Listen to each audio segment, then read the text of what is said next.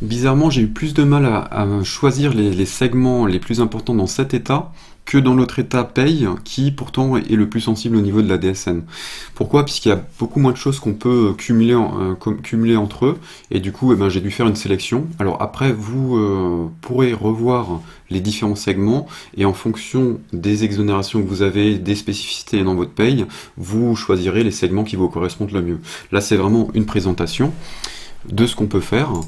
Et du coup, ce qui serait bien, c'est de faire votre propre liste que vous utiliserez chaque mois, enfin en fonction des spécificités de votre paye. Donc, j'ai pas pris les segments concernant les bases plafonnées et déplafonnées, puisque je pense que c'est relativement commun. C'est les bases des rubriques 2100 vieillesse déplafonnée et 2200 vieillesse plafonnée. J'ai quand même pris par contre l'assiette de CSG, c'est la 7000 et la 7005 au niveau des rubriques, qui est reprise en général au niveau du plan de paysage. Donc j'ai repris la CSG, j'ai repris les contributions d'assurance chômage, la 4200 ou la 4000 en général qui sont repris comme rubrique dans vos bulletins. Au niveau des variables, la base brute fiscale, donc on en avait parlé sur la dernière formation, c'est la base, c'est la 5800 qui est repris, la base de la 5800 si vous avez de la taxe sur les salaires. Si vous n'avez pas de taxe sur les salaires, il faut quand même déclarer cette notion. Et pour mémoire, cette notion, ça correspond au montant de l'assiette de contribution sociale généralisée, sauf que le brut est pris à 100%. Et non pas à 98,25 comme c'est le cas pour la contribution sociale généralisée.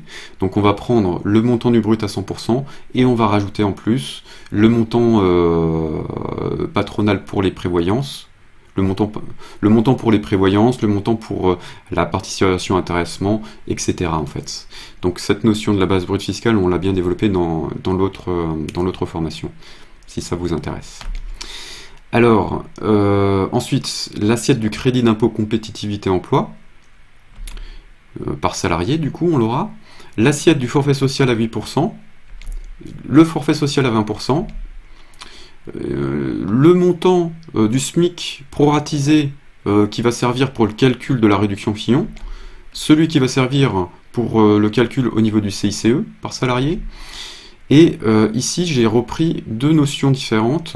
Au niveau du bloc exonération, j'ai repris les montants d'assiette, exonération, et les montants de réduction. Alors, les montants d'assiette, c'est surtout pour avoir toutes les bases liées aux différentes exonérations que vous pouvez avoir sur les contrats de type apprenti, contrat aidé, même, et puis aussi la taxe transport, en fait, qui remonte, je ne sais pas pourquoi dans les exonérations, en tout cas ça remonte. Et le montant réduction, c'est plus pour la réduction Fillon, qui va remonter en montant, en assiette mais aussi en montant, et pour la réduction au niveau des heures supplémentaires pour les entreprises de moins de 10 salariés. Donc on regarde tout de suite comment on fait l'état dans la paye. Alors je reviens sur contrôler, je reviens sur imprimer, contrôle des montants. Je décoche tout de suite n'imprimer que les salariés avec écart.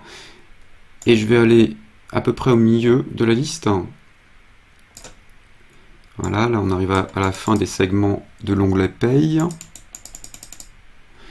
Voilà, et là donc l'assiette plafonnée, déplafonnée, je la prends pas, je vais prendre la CSG, l'assurance chômage, la base brute fiscale, l'assiette CICE, l'assiette forfait social 8%, l'assiette forfait social 20%, les deux montants SMIC pour le Fillon et le CICE. Alors après, bon, c'est vrai que c'est quasiment le même calcul entre les deux. Logiquement, vous aurez pas de différence, mais bon, j'ai préféré prendre les deux.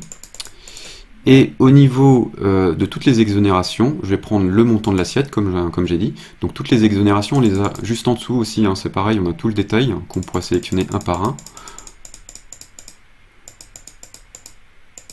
Et l'assiette et le montant des réductions sur ce même bloc, essentiellement pour les réductions liées à Fillon, aux heures supplémentaires. Voilà, et donc là avec ça j'ai tout, je fais un aperçu, comme avant, je clique sur OK, et là je vais avoir le même tableau, la même présentation. Je peux aller sur les différentes colonnes en cliquant sur page suivante ici, je peux imprimer et je peux enregistrer en PDF.